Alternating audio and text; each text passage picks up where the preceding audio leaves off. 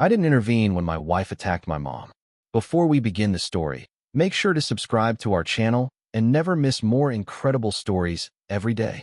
When Claire shoved my mother into the dessert table, everyone screamed my name, and I didn't move. For a second, the whole room looked like a photograph somebody had dropped.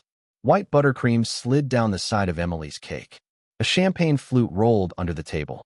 My mother, Diane, hit the hutch with her shoulder and made this shocked little sound I'd never heard from her before, not because she was badly hurt, but because she wasn't supposed to be the person things happened to. Claire stood there breathing hard, one hand still out, the other clenched so tight her knuckles looked polished. "Lucas!" Emily yelled, like I was late to a fire. "Do something." I wish I could tell you I crossed the room, that I grabbed Claire's wrist, checked on my mom, said something useful, something adult, something that didn't belong to the frightened 12-year-old version of me who had spent most of his life measuring Diane's moods before he measured his own. But I just stood there between the kitchen island and the doorway, feeling every set of eyes in that house land on me at once. Claire looked at me too. Not wild, not out of control. Worse than that, clear and wrecked. Like she had finally run out of places inside herself to put the hurt. My mother's birthday dinner had started 40 minutes earlier with roast chicken, polished silver, and the kind of warmth Diane was famous for. She hugged people with both arms. She called everyone sweetheart. She knew exactly how long to hold eye contact. By the time Uncle Ray pulled a chair aside and Emily rushed to blot frosting off Mom's blouse, the story was already forming in the room. Claire snapped. Diane was blindsided. And I had married a woman none of them had ever really trusted. The sick truth is that, at first, I almost accepted that version myself. Seeing the shove was easy. The harder part, the months that led to it, the things I explained away, the private lines my mother crossed while I kept asking my wife to be patient, required me to admit something uglier than cowardice.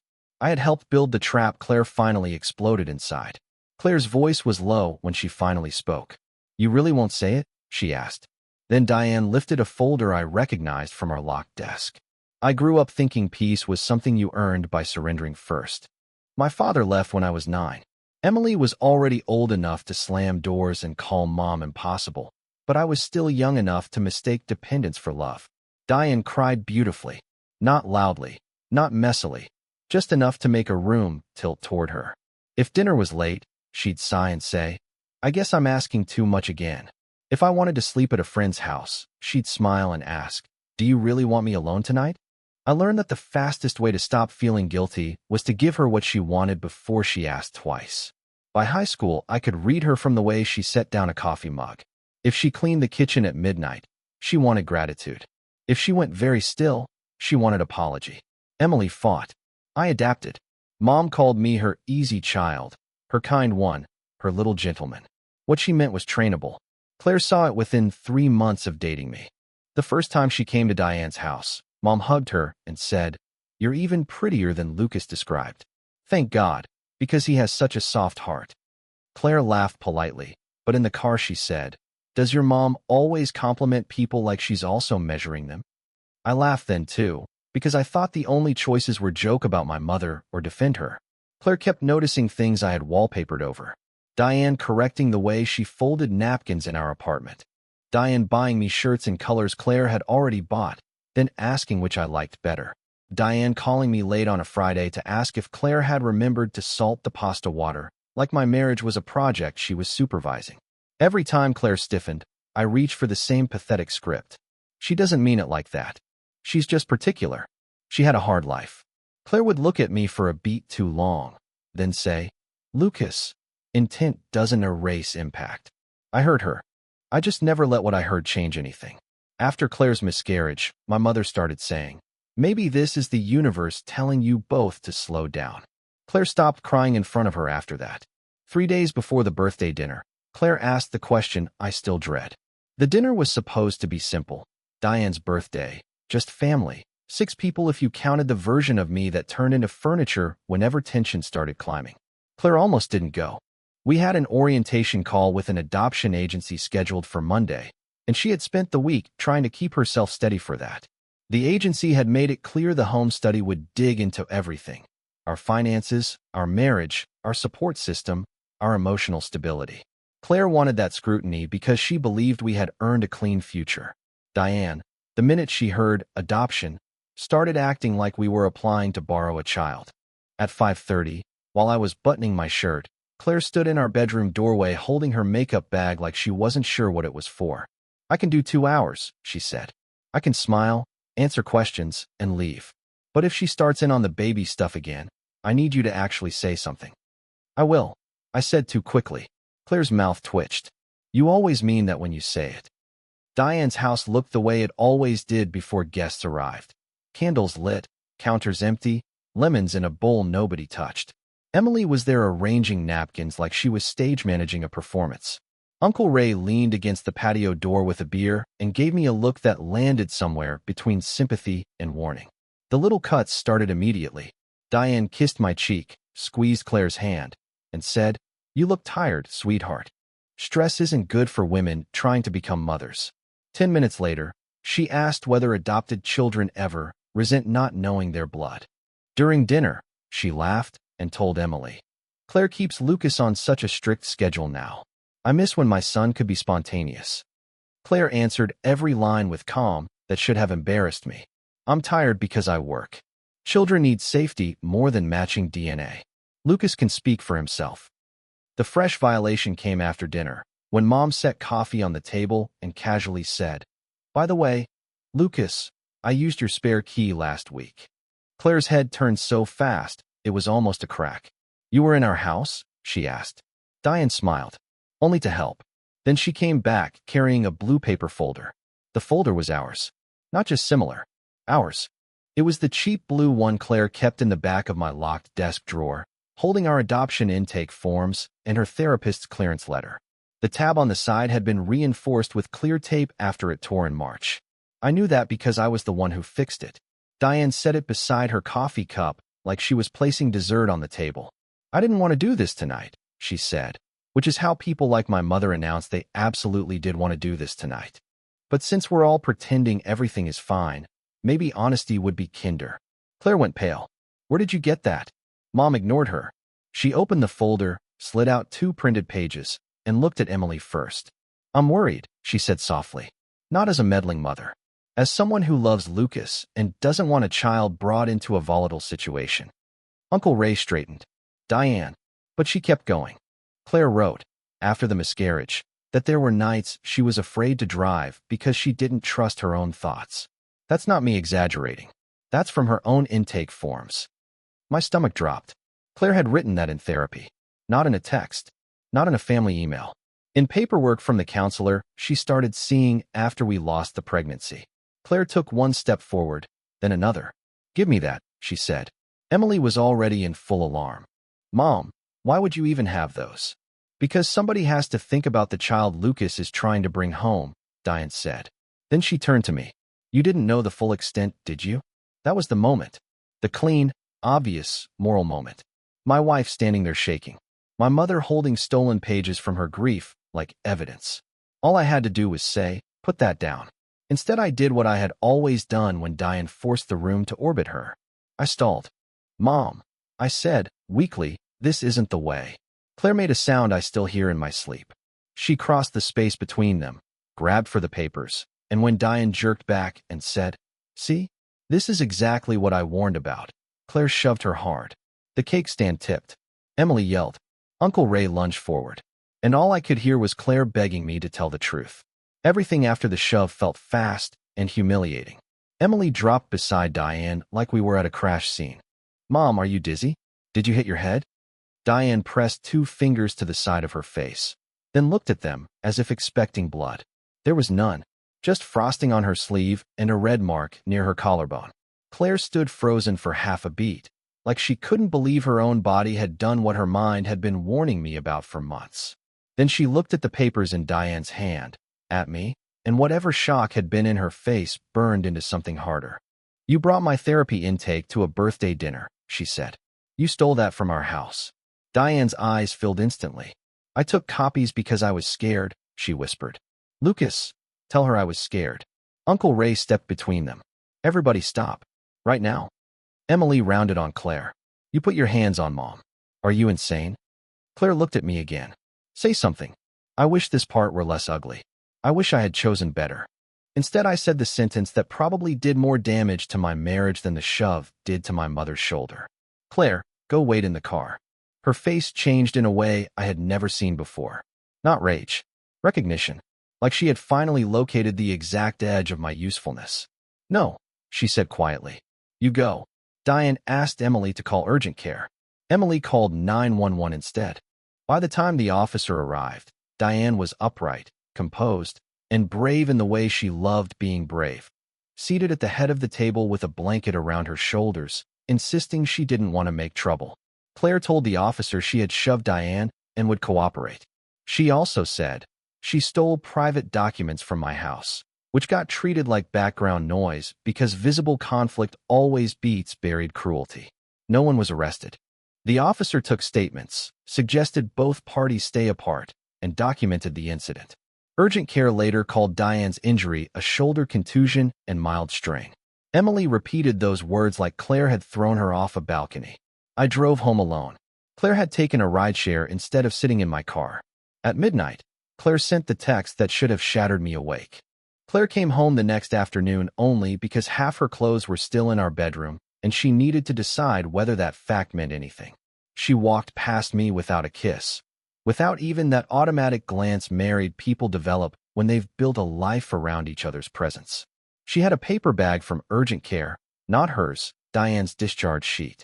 Emily had apparently texted it to half the family. Shoulder contusion. Mild strain.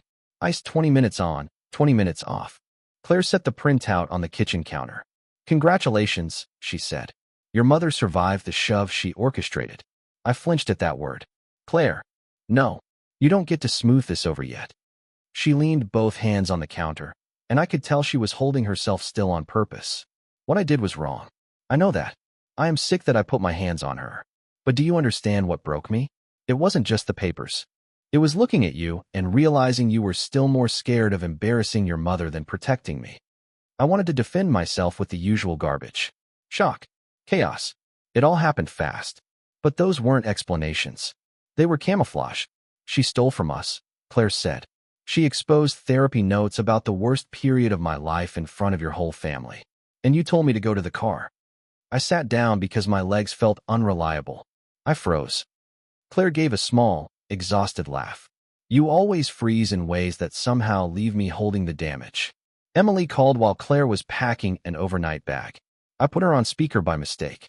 Have you apologized to Mom yet? Emily asked. For what part? Claire said before I could stop her. The part where she burglarized my grief? Emily sucked in a breath. You assaulted a 61-year-old woman. And your 61-year-old woman used my private mental health records as party entertainment. Mom was concerned about the adoption. Claire stared at me while Emily said it, because that was the crack under everything. Not the shove. The fact that my mother had decided her concern outranked our marriage. When Claire zipped her bag, she spoke so softly I almost missed it. If you make me explain your mother to you one more time, she said, I'm done. The first crack in my mother's story came from something embarrassingly ordinary, our printer app. Claire left that night for a hotel near her office. She said she needed silence, a lock I didn't have a key to, and 48 hours without hearing me say the words I didn't realize. I spent most of that weekend staring at the kitchen table where our adoption packet had been spread out 3 days earlier, trying to reconstruct the exact path from there to Diane's coffee cup. Sunday morning, I opened my laptop to print the police incident number for our records. The HP app auto-loaded the recent scan history. Usually it was junk, grocery receipts, insurance cards, the occasional return label. But 2 file names sat at the top, time-stamped April 14th, 2:18 p.m.m. and 2:22 p.m.m. Claire_intake_PG2. PDF. Home study _questions. JPG. April 14th was the Wednesday both Claire and I had been at work all afternoon. I knew because that night we'd eaten stale tacos in the car outside her therapist's office after a grief group session. Nobody should have been in our house at 2:18 p.m. I stared at the screen so long it dimmed. Maybe Diane had scanned something else, and the names matched by coincidence. Maybe the app glitched. Maybe I was doing what Emily would definitely accuse me of later, looking for a way to make Claire less guilty. Then I remembered the spare key comment at dinner and felt cold start at the back of my neck. I opened our Ring app. I hadn't checked the saved events in weeks because most of them were squirrels, delivery drivers, or Diane dropping off things we hadn't asked for. On April 14th at 2:11 p.m., the front door camera caught my mother walking up our porch in a cream cardigan, sunglasses on, tote bag over one shoulder. She unlocked the door. She looked straight into the camera as if she knew exactly where it was. Then she smiled and went inside. Not dropped off a casserole. Inside. The exit clip at 2:31 showed the same tote bag bulkier, her phone tucked under her ear. I turned the volume up. Wind swallowed most of it, but I caught 7 words clearly. I have enough now. She'll bury herself. I watched that clip 9 times before calling Claire. She let it ring out. Then Uncle Ray sent me a text I almost missed. You need to see what Diane mailed Emily. Ray met me in the parking lot of a diner halfway between my office and my mother's neighborhood, which told me 2 things immediately. He didn't want Diane seeing his car, and whatever he had to show me was ugly. He slid a large manila envelope across the booth before either of us ordered. This came to Emily on Thursday, he said. I only know because she called me crying and asked if I thought Mom was doing the responsible thing. Inside were copies. Claire's therapist intake page. A screenshot of a text Claire sent me after a fight months earlier that read, I cannot keep living under your mother's microscope. A printout of an article titled Warning Signs of Emotional Instability During Adoption Review. And, tucked behind everything else, a typed bullet list with dates. January 9th. Claire raised voice during Sunday lunch. February 22nd. Claire ignored Diane's calls for 6 hours. March 3rd. Claire fixated on nursery issues after miscarriage. April 14th. Documents copied for safekeeping. Safekeeping, I said. Ray nodded. Your mother asked Emily to hang on to it in case things got worse. Emily thought Diane meant in case. Claire had a breakdown. I asked how your mother got any of that private paperwork, and Emily said, Mom probably found it because Claire leaves things around. There was more. A sticky note in Diane's handwriting attached to the packet. If Lucas won't see it, we may have to protect him another way. I asked Ray the question I should have asked myself years earlier. How long have you known she does things like this? He didn't let me off easy. Long enough to know she gets bolder when nobody checks her. On my drive back, I called our cell provider and downloaded the detailed call log for our shared account. One number repeated over and over for 2 weeks before the dinner, always daytime, always when I was at work, a local family law office. Diane had also called me 6 times on April 14th between 2:35 and 3 o'clock, right after leaving our house. I had texted back, in a meeting. Everything okay? She wrote, just trying to help. When I got home, I found another gap I hadn't wanted to see. Claire's desk drawer had scratch marks around the lock. By then, I knew the birthday dinner had never been accidental. The mini twist was this. My mother wasn't just collecting ammunition for family gossip. She was building a file for strangers. Monday morning, less than an hour before our adoption orientation call, Claire forwarded me an email from the agency's intake coordinator. Subject line, follow-up documentation request. The body was painfully polite. Due to an anonymous concern recently received, they asked whether either prospective parent had unmanaged mental health issues, a history of domestic volatility, or unresolved family conflict that might affect placement stability. Anonymous concern. Claire called me immediately after sending it. I could hear she'd been crying, but her voice had gone beyond tears into something flatter. She got to them, she said. I sat in my car outside work gripping the steering wheel. We don't know it was her.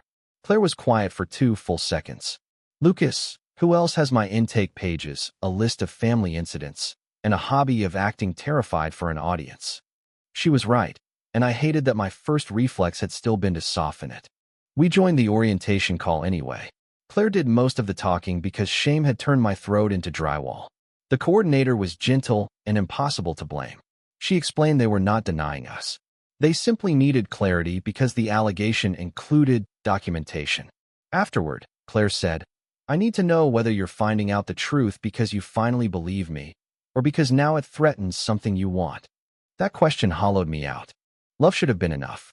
It should not have taken an attack, a police report, and the possibility of losing our chance to become parents for me to start calling what Diane did by its real name. I drove to the law office from the call log. The receptionist wouldn't tell me much. But when I asked whether Diane had consulted about protecting an adult son from an unstable spouse, the woman's expression changed just enough to answer me without words. She only said, "If there's a misuse of private records involved, you may want your own counsel." Not concern. Strategy. For the first time, my mother's sweetness sounded exactly like a threat. Claire agreed to meet me in the waiting room of her therapist's office because, in her words, there should be a licensed professional nearby if this conversation turned stupid. Instead, I sat across from my own wife with a legal pad on my knee, a printout of the ring timestamps in my bag, and the humiliating awareness that I was interviewing the person I should have protected instinctively. She didn't make it easy for me. I'm grateful for that now. Before I could start, Claire said, "I was wrong to shove her. I need you to hear me say that clearly because I'm not trying to excuse it. But I need you to hear this clearly too. Your mother wanted a scene. She has wanted a scene for months. She kept needling me in private because private cruelty doesn't count as evidence." Then she told me things I had either missed or filed under Claire being sensitive because that explanation required less courage from me. Diane had been letting herself into our house with the spare key since January. Claire first suspected it when books on her bedside table changed order and a bathroom cabinet she color-coded got helpfully reorganized. Diane sent her links to articles about adoption agencies denying emotionally fragile applicants.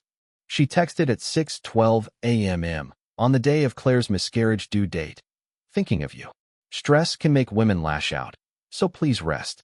I closed my eyes when Claire read that one aloud. "Why didn't you show me all of this?" I asked, and immediately hated how close it sounded to blame. She heard it too. "I did. Just not in one dramatic packet your mother would respect." Claire took a breath. "I told you piece by piece, and every time you turned it into misunderstanding. Do you know what that does to a person? It makes them feel crazy enough that, when someone finally pushes hard enough, they almost prove the lie for you." That was the sentence that turned the key in me. Not because it excused the shove. It didn't. But because it named my part. I had not caused Diane's manipulation. I had padded the walls around it. When Claire stood to leave, I said, "I'm done asking you to endure this." She looked at me like she wanted to believe me. So I opened my bag and showed her the evidence I'd started collecting. Diane sensed me pulling away the way some people sense weather. She called twice that night and left a voicemail that sounded thinner than usual. "My blood pressure is high," she said. "I'm trying not to upset myself, but this family is falling apart." Emily followed with a text. "Mom hasn't eaten. I hope you can live with that." So yes, I went over. Not because it was wise. Because old reflexes survive longer than insight. My mother was on the couch under a knit throw, lamp dimmed, shoulder wrapped in the beige sling urgent care had suggested only for comfort. She looked fragile in a curated way. The coffee table held crackers, tea, and the printed police incident sheet positioned visibly enough to accuse me. When I sat down, she took my hand. "I know you're angry," she whispered. "But one day you'll thank me for seeing what you couldn't." There it was again. Not apology. Prophecy. "You went into our house," I said. "You copied Claire's therapy paperwork." Diane's eyes widened. "I saw dangerous things and made copies so they couldn't disappear. Lucas, she is not well. She shoved you after you read her private grief out loud." "And what does that tell you?" she snapped, dropping the weak voice act for half a second before recovering. "Healthy people do not attack 61-year-old women." I actually felt myself wobble then, not because she was persuasive, but because she knew every seam in me. She knew shame worked. She knew if she framed this as me choosing between the unstable wife and the worried mother, some part of me would still reach for the softer prison because it was familiar. Then she made the mistake that burned away the fog. "Call the agency tomorrow," she said. "Tell them Claire had an episode, but you're taking steps. If you separate for a while, they may still consider you alone." Alone. She said it like she was offering me an upgraded seat. Something turned in my stomach. She wasn't reacting to the shove. She was arranging my life after Claire. I stood up. Diane stood too, faster than a woman overwhelmed by blood pressure probably should have. My phone buzzed. A screenshot from Ray. A family group chat I had been excluded from, started by Diane 6 weeks earlier. The first message at the top changed everything left to doubt. The group chat was called Family Only, which was honest in the ugliest possible way. Ray had been added by mistake when Diane first created it, then removed 10 minutes later. He had taken screenshots before she noticed. The first message, dated 6 weeks before the birthday dinner, read, "I'm worried Claire is becoming unstable and Lucas can't see it yet. Please keep your eyes open and send me anything concerning." Under it, Emily had replied, "What kind of things?" Diane answered with terrifying precision, "Outbursts. Withdrawal. Anything that suggests she shouldn't be around a child." By then, Claire had agreed to meet with an attorney specializing in privacy and family interference issues. We weren't suing yet. We needed facts organized, timelines clean, and copies backed up somewhere Diane couldn't charm her way into. The attorney told us, "Manipulators thrive in private. Stop confronting her privately." So I built a room she couldn't control. I told Diane and Emily we needed one family meeting before anyone spoke to the adoption agency again. I booked a conference room at the attorney's office under the pretense of discussing how to keep the police incident from escalating. Neutral building. Witnesses nearby. Printed packets for everyone. Ray agreed to come. Claire only agreed after I told her she could leave the second I minimized a single thing. Emily resisted at first. "Why do we need lawyers for a family misunderstanding?" she asked. "Because it stopped being a misunderstanding when Mom copied therapy records and contacted our agency," I said. Silence. Then, "Mom says she never contacted them." That lie helped me. It meant Diane would walk in expecting control. The night before the meeting, Claire and I sat at our dining table with laptops open and stacks of paper between us. Ring clips, scan logs, call records, the anonymous email timeline, Diane's typed incident list, the family-only screenshots. "I hate that this is what it took," she said. "I know." "No," she said. "I mean, I hate that I had to become the person who shoved someone before you finally saw the architecture." At 9:13 the next morning, Diane walked into the conference room, smiling. Then she saw the projector screen behind me light up. I started with the ring footage because video leaves less room for performance. The screen showed April 14th, 2:11 p.m. Diane walking up our porch, unlocking our front door, and stepping inside with her tote bag. Emily's mouth opened immediately. Diane didn't even look at the screen. She looked at me. "You gave me that key," she said. "For emergencies," I said. "Not to search our desk."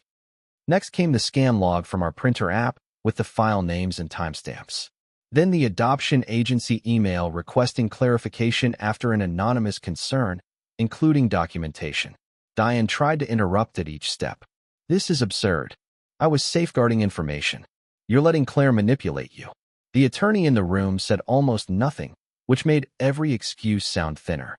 Then I put up the family-only screenshots. "I'm worried Claire is becoming unstable, and Lucas can't see it yet. Please keep your eyes open and send me anything concerning. If Lucas won't see it, we may have to protect him another way." Emily went white. "Mom." Diane pivoted instantly. "I was scared for him," she said. "I did what any mother would do if she saw warning signs." Claire, sitting beside me, didn't raise her voice. "You let yourself into our house when we weren't home." Diane ignored her, so I saved the worst for last. Ray handed me the final screenshot on paper because I didn't trust myself not to shake.